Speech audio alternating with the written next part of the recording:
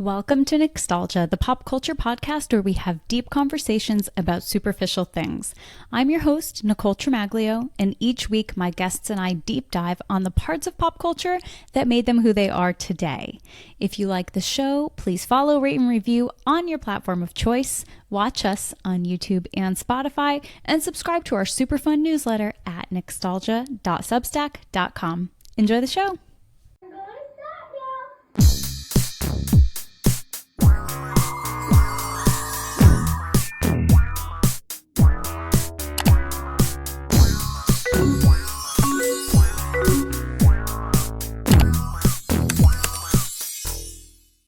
Hello and welcome to this week's episode of Nostalgia.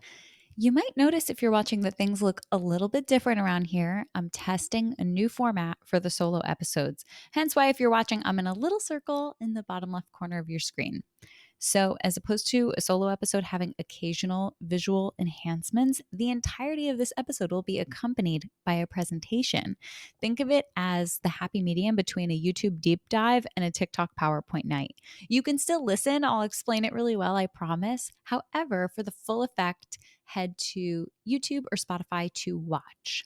Interviews are not going away. The purpose of this format is to present the research projects I work on when I'm not interviewing people. If you would like me to present or speak on your podcast, at your event, for your publication or organization, or if your org wants to collaborate on a project about this topic or any that you see on the show or my website, please DM me. I'm open to feedback about this format as well so that I can make the show as fun and interesting and enjoyable and delightful as possible. Remember, if you like this episode, please consider sharing it with someone else who would like it too. Okay, let's get started. I'm so excited to share with you a project that I've been working on for a little over a year. Physical media renaissance, trademark pending. What is the physical media renaissance? Here are the key questions that we're going to start out with. First of all, what constitutes physical media? Second of all, how did this project start? Third of all, why now? And then lastly, also just like why in general, which is a fair question to ask. Physical media is a lot of things. It's CDs, DVDs, vinyl records, cell phones, computers, video game consoles, basically any old or retro entertainment technology, memorabilia like posters and magazines, or ephemera like ticket stubs or concert programs. And then sidebar, when I say retro, I mean nostalgic basically. So not something that's actually old, but something made now to look old or as a reproduction of a relic from a bygone era. On the screen, you'll see two of my favorite tweets this year. The first saying that when I advocate for transparency, this is what I specifically mean. And it's a collage I made of all of these 90s to 2000s clear and transparent electronics, like the iMac G3 and Tangerine, which I'm still looking to acquire, by the way. And then the other tweet says, the intersection of culture and technology, which is where I reside. And it depicts this icy blue Memorex CD boombox that I had in the 2000s. And then after I posted this, I got completely obsessed with finding this boombox again. It was my hyperfixation of the year, which is a bold statement. But lo and behold, I found it on eBay for $25 and it is mine again. What did they say? If you love something, let it go. If it comes back, it was meant to be. So, yeah, that's like me in this boombox. How did this project start? Well, I hit the nostalgia jackpot when I went to a large scale book sale at a local library.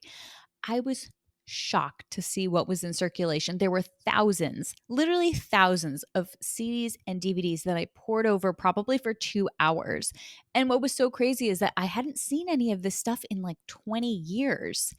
I slowly, by going to these random thrift stores, flea markets, used bookstores, and other library sales just to see what was out there, I slowly acquired probably about, I don't know, 50 CDs and DVDs. I'm not going to count them all right now, but on the screen, you'll see a sample size of 24 albums that I did pick up. And they depict mostly pop, Britney, Christina, Backstreet Boys, NSYNC, Spice Girls, S Club. But yeah, we have a pretty good mix and it was so fun. Like you will never truly know what you come across. Actually, let me share the rest of them for people who are listening. Okay, we have Ashley Simpson autobiography, Avril Lavigne, Let Go, Backstreet Boys' first 2 CDs, Britney's first 6 CDs, Missy Elliott, Under Construction, Celine's Let's Talk About Love and Greatest Hits, Christina Aguilera, Stripped, Liz Phair, Exile in Guyville, Mariah Carey, Music Box and Rainbow. Then we have The Places You Come to Fear the Most by Dashboard Confessional, Plans by Death Cab for Cutie. We have Escape by Enrique Iglesias, obviously. Amy Winehouse's Back to Black, Us Against the World by Play, Spice Girls' 2 studio albums, Destiny's Child's Survivor, and then NSYNC's first album and Celebrity. Okay, why now? So, on a personal level, after spending some time in my hometown during the pandemic, I was feeling especially nostalgic. And then I moved to a new apartment where I actually had the space to live and breathe, which was key. I used to live in very small spaces and couldn't hold on to much, even if I wanted to. My home environment is super important to me, and I wanted this space to truly feel like me. And what that means is having a bunch of highly esoteric and niche, quirky pop culture stuff. Then, on a generational level, I'm finally old enough to see the completion of a trend cycle, which in fashion is about 20 years. Millennials are the only generation with a truly integrated analog and digital experience. So, like the same way boomers came of age when families became 2 car households and had television sets, Gen X had at home VHS tapes and video consoles, millennials had computers and cell phones. We're at a point where Gen Z, who's hanging on by a thread to their status as society's youth cultural centerpiece, like what tangible thing is it for them? I guess iPads? But like when you grow up with an iPad in your hand, there is no native analog experience. You don't get to have that. In the words of Avril Lavigne, what the hell? Which is something that now millennials are also saying when they see clothes that they wore in high school merchandised in vignettes of a suburban Target. It's a disorienting experience. So now millennials are joining the ranks of Gen Xers, hearing songs they grew up with in commercials for insurance companies and laundry detergent. Now, everyone says, why does everyone try to act like nostalgia is a new thing? It's not. People relating their experiences to one another on the internet is not new. For example, boomers can connect in a Facebook group about the Rolling Stones. What is new is nostalgia for the internet, people relating their experiences on the internet about the internet and experiences at the advent of the early web in the 90s and early social media in the 2000s. Nostalgia being a content creation niche on social media is new. Now there's just a youth culture centered generation, Gen Z, with Gen Alpha dangerously close behind them, who has not experienced the version of the internet that is being looked back on with nostalgia. That is what is new. Nostalgia for the early internet. I got to do a completely separate episode on that to do it any sort of justice, but that's what's going on.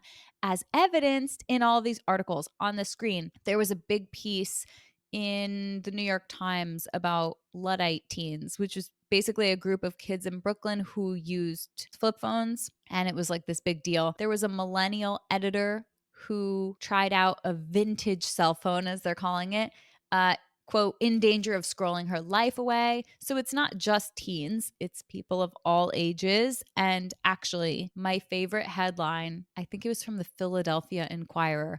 Urban Outfitters is selling, quote, vintage retro iPods and millennials' feelings are hurt. The trendy Philly based retailer is selling several older iPod models from the 2000s for up to $350 each. Like, guys, you gotta love it. These headlines are amazing. Some of the other headlines include I ditched my iPhone for a flip phone and I didn't hate it. Why are so many Gen Zers drawn to old school digital cameras? The hottest Gen Z gadget is a 20-year-old digital camera. So, yes, I'm afraid it's time for a physical media renaissance. Everybody's already on to it. Why do this physical media renaissance project in general? Well, there are a few considerations. I consider identity work truly my life's work because I love studying how status markers and elements of culture, namely fashion, music, and technology, shape who we are, how we relate to others, and how we see ourselves in the world. These 6 considerations I will be making comment on today include consumption, media ephemerality, perceived value, circular economy, friction, and taste. First, consumption. Let's justify buying things. So I'm going to go through consumption. I'm going to view consumption through the millennial lens. The prominent brand of millennial humor, named aptly by friend and guest of Nostalgia, Jamie from Millennial Misery, the popular Instagram meme account that depicts struggles of 30 and now 40 somethings at this stage of late capitalism, inflation, economic recession, exhaustion of resources, basically near societal collapse. The most common trope is that millennials can't buy a house. And on the screen, you'll see some memes. The first says, "My parents in their 30s." And it's like that cartoon couple. It pictures this really nice little house. And it says, "This would make a lovely second home for our family to winter in. Hopefully, the garage can fit both our car, snowmobile, and ski equipment." And then it's me in my 30s, a guy saying, "I'll never financially recover from this purchase." And it's a carton of milk and a loaf of bread. So it just kind of depicts the different worlds that we're growing up in from our parents. The second meme is from a Reddit looking kind of interface. Someone says, "My parents bought their house in 1992 for $200,000. It's now worth like 1.2 million. I make more than they did back then and I can't buy a house, but rent is more than their mortgage was." And someone comments, "You have summarized the millennial struggle in 2 sentences." And then finally, there's a tweet how millennials started versus how we're doing. How we started is a picture of young Ashley Olsen with a tiara on. And then the second picture is a headline: "Ashley Olsen goes hiking with a drink in one hand and a machete in the other." So why buy a $1 CD when we're supposed to stop buying avocado toast and buying Starbucks every day so we could save for a $725,000 house? Okay, that's a good question.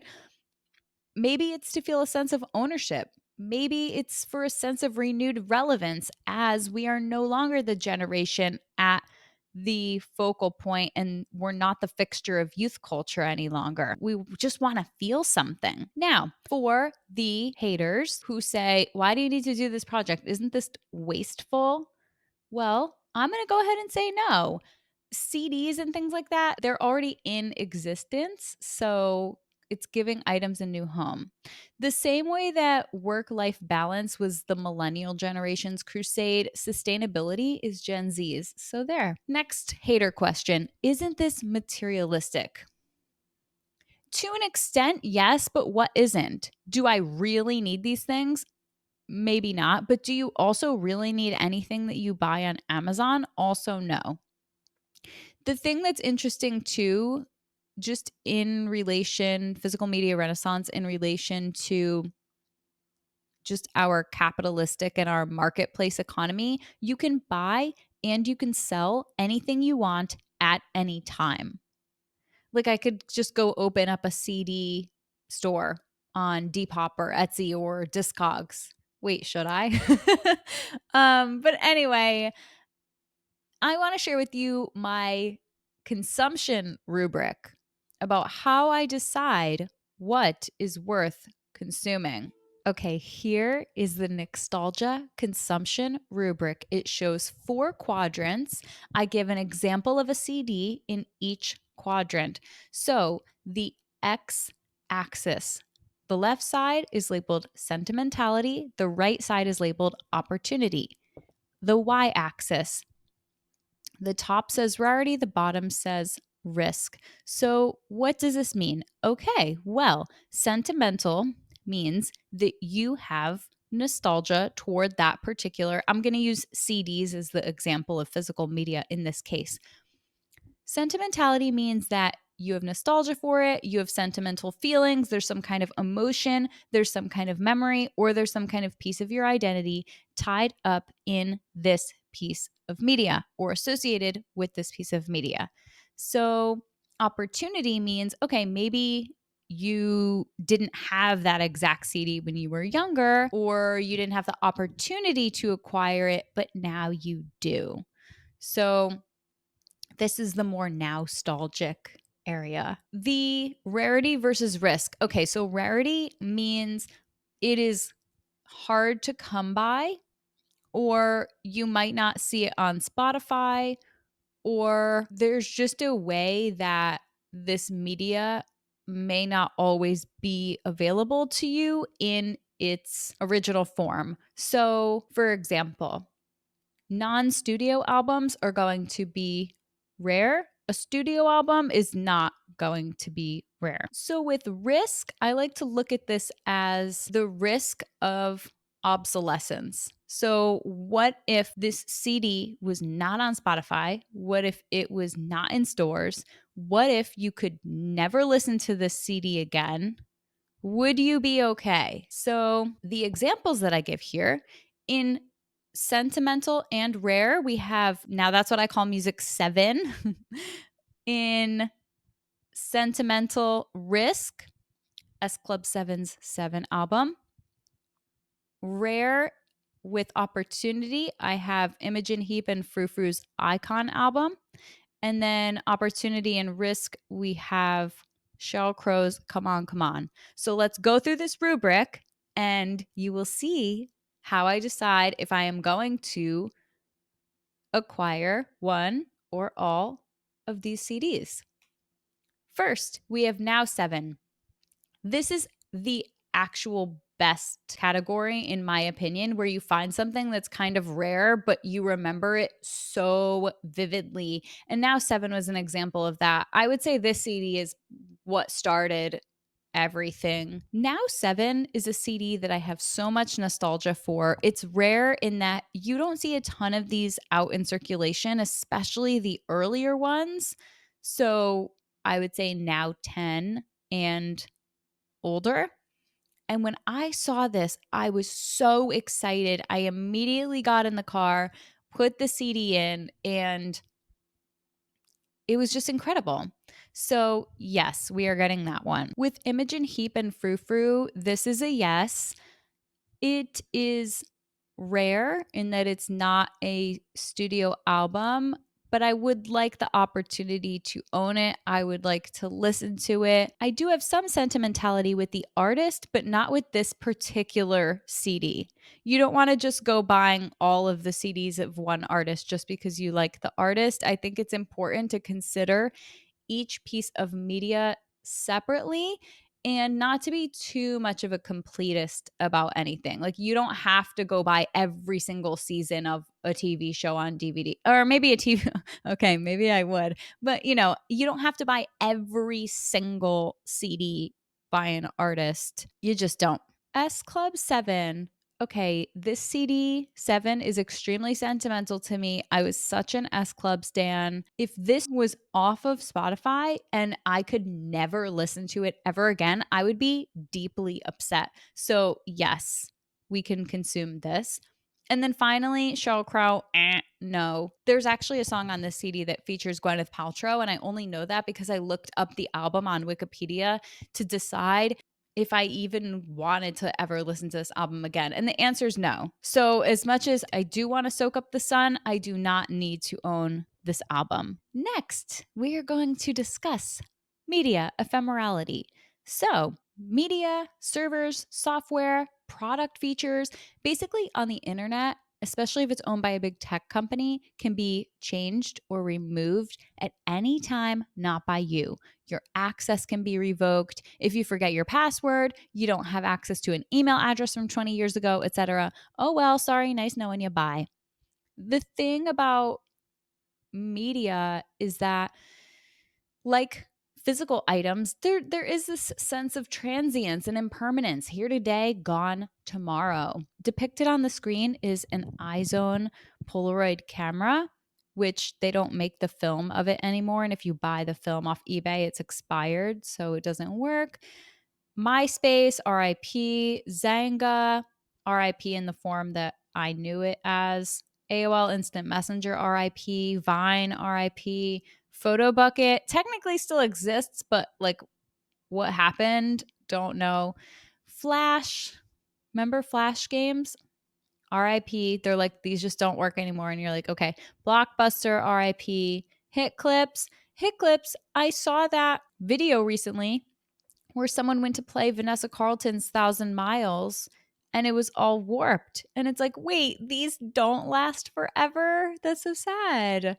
And then Netflix DVDs, which just stopped, I think, this past September 2023. I feel like there's this lack of foresight in that we really thought this would be here forever. And the specific example that I wanted to give is about Netflix. We really thought when streaming started that we would just have access to every single movie, every single TV show forever, and we would just pay like one small price for it. We would just pay $9.99 a month. And it's like, oh, that is so not true. When you have a physical CD and CD player or a DVD and DVD player, that's yours. So technically it could stop working, but I read that CDs have a lifespan of 50 to 100 years. So it's kind of insane to think how your CDs might outlive you. The point is that if you own something, it is going to be easier for you to access than if it's not. Next, we're going to discuss perceived value. What you'll see on the screen is the Diffusion of Innovations, which is a book. It's a framework that I talk about a lot that I'm really excited about. Essentially, there's a small group of innovators. This can be applied to a fashion trend, a technology trend, whatever. There's innovators who start the trend, early adopters who are the first ones in the know, the early majority when it hits the mainstream, the late majority, which is when most people are involved, the laggards who are behind the curve. Then something falls into obsolescence. No one cares about it anymore. Time goes on, and then whoop, you're back at the beginning, and the thing has been reinvented. And this is where we see revivals and resurgences, etc. So if we apply this model to physical media, you can place vinyl, cassette tapes, flip phones, CDs. You can place them all on this timeline. And depending on when they were first introduced to the public, for example, vinyl is going to be farther ahead than cassette tapes, than CDs, than iPods, etc. And so time pushes everything further down the line. And Urban Outfitters in 2014 became the number one distributor of vinyl records. That is blasphemous to generations introduced to vinyl before compact discs, right? That is absolutely insane. And so CDs are still obsolete to an extent, which is why used CDs are so cheap. So I'm having my renaissance in that I am appreciating something that is generally obsolete. Maybe it will be reinvented, or maybe it won't be, and the physical media will take a different, slightly different form. Kind of in the way that when fashion trends come back, they don't look exactly like they did originally, because everything is a part of its own cultural zeitgeist and is a snapshot, is a reflection of what is happening as a whole at the time. Next, we are going to talk about the circular economy. So there are on the screen 3 categories of consumption. One is thrift, one is resale, and one is fast fashion. So if you're like, what's the difference between thrift and resale? The difference is that when I say thrift here, what I'm referring to is the sale of goods for the purpose of liquidation. So this is like a Goodwill or a random flea market or a library sale. And when I say resale, I'm talking about the sale of goods for the purpose of profit. And so this would be for profit businesses, large and small, individual sellers, or brick and mortar stores. So it can be a Depop store, it could be Poshmark, it can be a thrift store in the Lower East Side.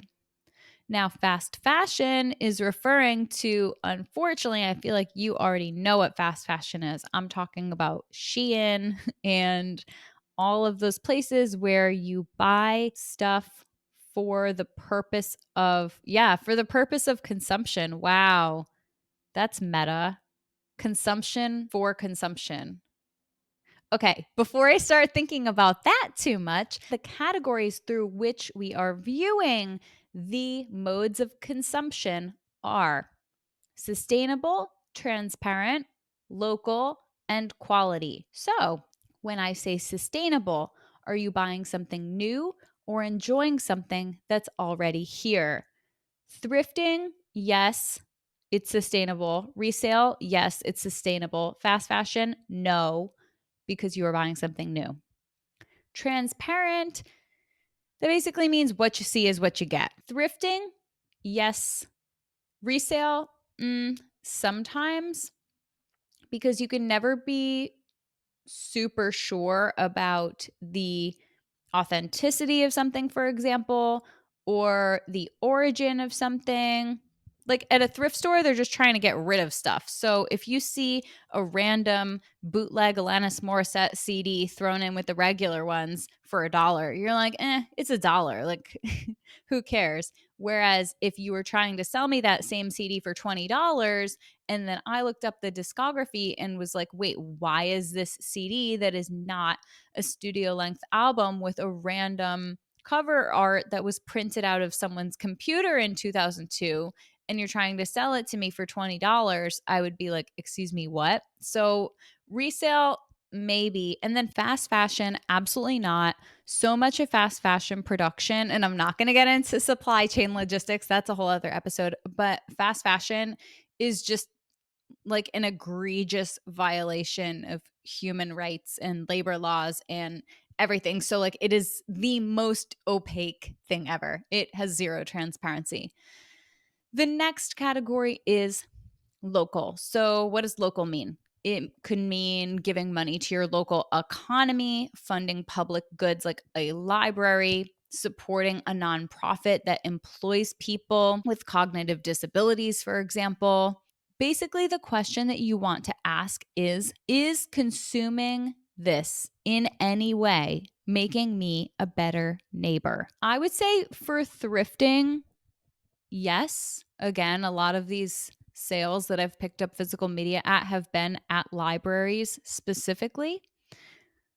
Resale, it can be if you're going to visit your friend who owns the thrift shop in the Lower East Side, then that's better than buying it from Shein. That's just the forefront example that I'm thinking of, because allegedly they have a valuation of like $9 billion, which makes me so sad. But anyway, I'm not saying that I've never shopped fast fashion in my life, but anywho, I guess that's another episode as well. So when I say quality, I mean, are you getting what you paid for? What is kind of that percentage between the original value of the item and its markup? So for thrifting, that's a maybe. You can have quality there in that you get what you pay for, but the likelihood that you find anything valuable is by total chance. The example I think of is when Sophia Amoruso used to go thrifting so that she could start her Nasty Gal eBay store. And because of her fashion literacy, she was able to basically scam these thrift store owners and be able to acquire things that were a lot more valuable than what they were priced for so that she could flip them. So that leads to the resale quality category. Resale is absolutely not. You are going to be upsold for a lot more than what that thing is worth. Again, because the intention is to make a profit. And yes, this has definitely gotten very predatory with thrifting. I was in Greenpoint at this store in Brooklyn, and there was a no boundaries t-shirt. It was so cute. Early 2000s, very authentic. But No Boundaries is a private label brand for Walmart. So that shirt was never going to be worth more than like $10. And I'm trying to remember how much it was sold for. Actually, spoiler alert, it's in a future slide. So we'll look at it and find out. The point is that these markups can get absolutely insane. And then fast fashion, there's no quality and there's a markup, and the markup that they're able to provide is only due to the cheap cost of labor and the poor quality of materials used. Next is friction. Everything is so easy nowadays. It's too easy. We have constant access to our phones, to our computers, to our tablets. We're switching from a small screen to a medium screen to a large screen, back to a small screen. All throughout the day, our phones are getting pinged constantly. It's so easy to have your attention distracted constantly. And then data privacy, surveillance, cybersecurity, that's a whole nother episode too. But in terms of friction, it's not so easy. If you buy a CD, you have to have somewhere to play it. You have to find or acquire a CD player. When the CD is done playing, you have to get up off your butt and change the CD. There is this element of effort that you need to put in that with smartphones and smart this and smart that, you don't have to do anymore. What we are so accustomed to now is this sense of ease to the point of unease. It's like Smart House, the Disney Channel original movie. Anyway, the example that I wanted to show here for friction is Spotify. I have depicted on the screen the elements of my 2023 Spotify Wrapped. And there's this sense of perceived conversancy by Spotify in that it feels like they know you, but they don't know you. They were just tracking your data all year, and now they've visualized it into a nice depiction of tastes all about you and by you. Don't get me wrong, I love personalization, but it creates this false sense of security. The fact that they're like, time is a construct, but we kept track anyway. Like, what Spotify? Like, what's even happening? They're like, that was fun. Same time next year, because they want me hooked. And you know what? They got me hooked. Yeah, the point is that what if I don't want to be constantly feeding the data machine? What if I don't want my listening experience to just be about numbers and metrics and data and figures? And instead, I want to, maybe it's going to be a little bit more of a quote, annoying process of me having to flip through all my CDs and pick one and play it. And maybe it skips or something. But like, maybe that's also okay. I don't know. I kind of like it. Taste. The 5 elements that I like to consider when refining your own taste: confidence, trust, intuition, acceptance, and serendipity. Taste is about curation, refinement, and discernment. I don't mean highbrow or lowbrow. I mean taste in consistency with yourself, in what you find aesthetically pleasing, delightful, joyous, valuable, etc. Sidebar: astrology people, I highly suggest looking into your Venus sign for a starting point here. The thing about taste is you get to trust your own intuition and have confidence in your own selections. I call it nostalgic spirituality. I can just be like, I'm in the right place at the right time. I'm worthy of love. I can manifest anything I want to in this life. Meanwhile, that I say that to myself after I find like a Now 7 CD at a library sale for $1. But like with social media algorithms, they can increase confirmation bias. So it's reinforcing your ideas of what you already know and see. So if you're constantly just seeing this cycle repeated, do you ever really know what you want? Are you ever really presented with an opportunity to make a decision for yourself? And serendipity is a very romantic word to describe it, but I love it because you get to discover, when acquiring physical media, you get to discover something new every single time, and you never know what's going to be there. You never know what you're going to find. And you have to trust that if something's not there, then you let it go. So now I'm going to show you my Nostalgia Curation rubric. I'm using clothing in this particular example, but this essentially shows you how to refine your own taste.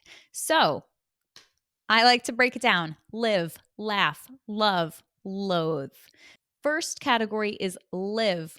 You see on the screen a red sleeveless popcorn shirt. So if you know anything about me, you know that I hate popcorn shirts. That is the one trend. I don't care.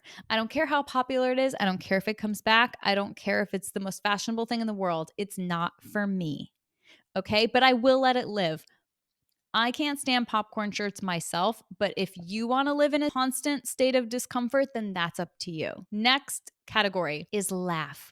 You see on the screen a juicy couture black velour hoodie with the juicy rhinestones on the back. I thought it was so funny that there was an entire setup of Juicy along all of these pretty moderately priced contemporary brands in a Brooklyn store. So let's say you're looking at dresses that are $150, $250, and then there's just like this lone rack of Juicy Couture stuff. I thought that was very funny. Next is love. I love when I see something so authentically 2000s. There was this random brown tank top. This was at a thrift store on the Lower East Side, and it had this weird netting on it, and it had these little turquoise square beads. And if you remember anything about the 2000s, you're going to remember the brown and turquoise combo just had a hold on all of us. Such a strong grip. And then finally, the last category is loathe. This is what I was talking about before, where I cannot stand exploitative thrift stores. No Boundaries is a Walmart private label brand. Oh, it was $88. So I said, if you pay $88 for this, there is nothing I can do to help you. So here we go. Now we have the labels. The only thing you should buy is something that you love. I know that sounds obvious, but I'm going to repeat it just in case you didn't hear me the first time. Only buy something you love. If it makes you laugh, take a picture of it.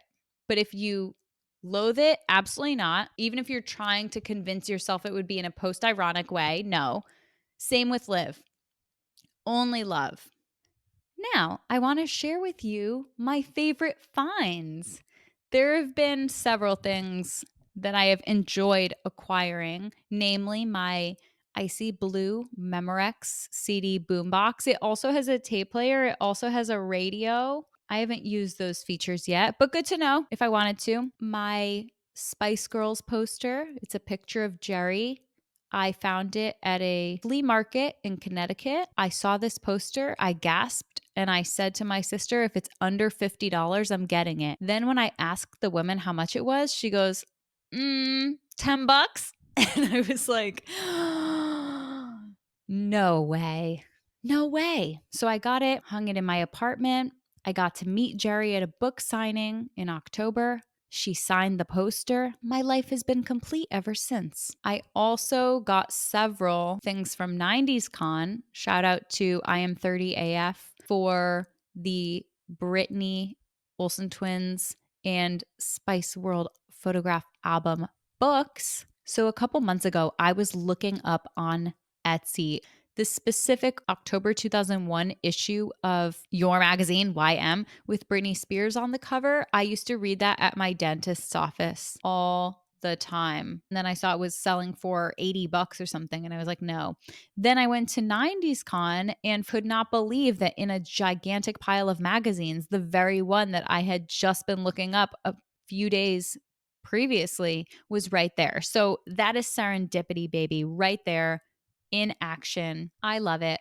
And then finally, I haven't shopped for vinyls as much, but when I lived in Boston, I used to go vinyl thrifting a lot. And I've always had, as you can see behind me, I've always had a mix of nowstalgic and nostalgic records.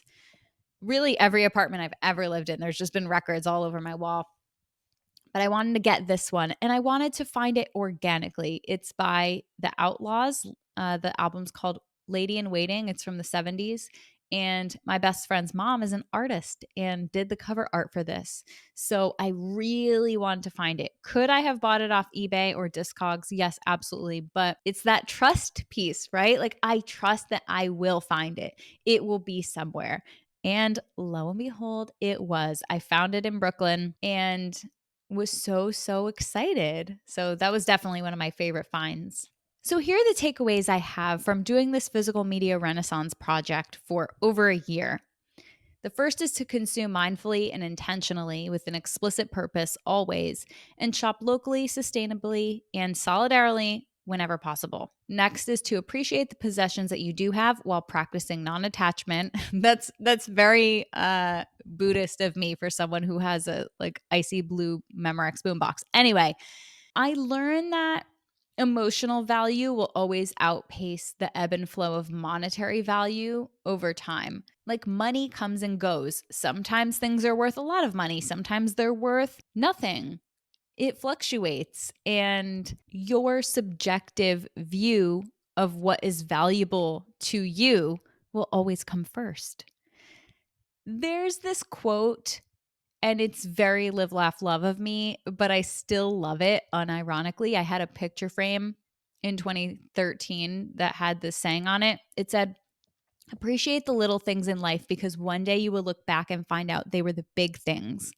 So, for example, I think about listening to music as a kid with my sister and dancing around the living room. It seemed like such a small thing in the moment. And now those are the core memories that you have. A lot of them are connected to music. And so I think that's why collecting CDs has been so exciting because I love music so much. I'm so passionate about music. I always have been. And I have a lot of nostalgia, a lot of emotion, and a lot of memories tied to music. And then lastly, the thing that I was really reminded of by the Physical Media Renaissance Project is that there's no one who knows you better, who can make decisions with conviction, or who's more you than you. That was so fun. Okay, you'll hear the podcast outro in a minute. But again, if you have any feedback on this presentation format or would like me to present or speak on your podcast at your event for your publication or organization, or if your org wants to collaborate on a project, please be in touch. Thank you so much for watching, and we'll see you next time. Bye. That's a wrap for this week. If you like Nixtalgia, connect with me on social at Nicole Tremaglio. Subscribe to the Nixtalgia newsletter at nixtalgia.substack.com and follow, rate, and review on your platform of choice. Everything's linked in the show notes, including where to find out more about our guest of the week. Thank you so much for your support. And that was this week's episode of Nixtalgia.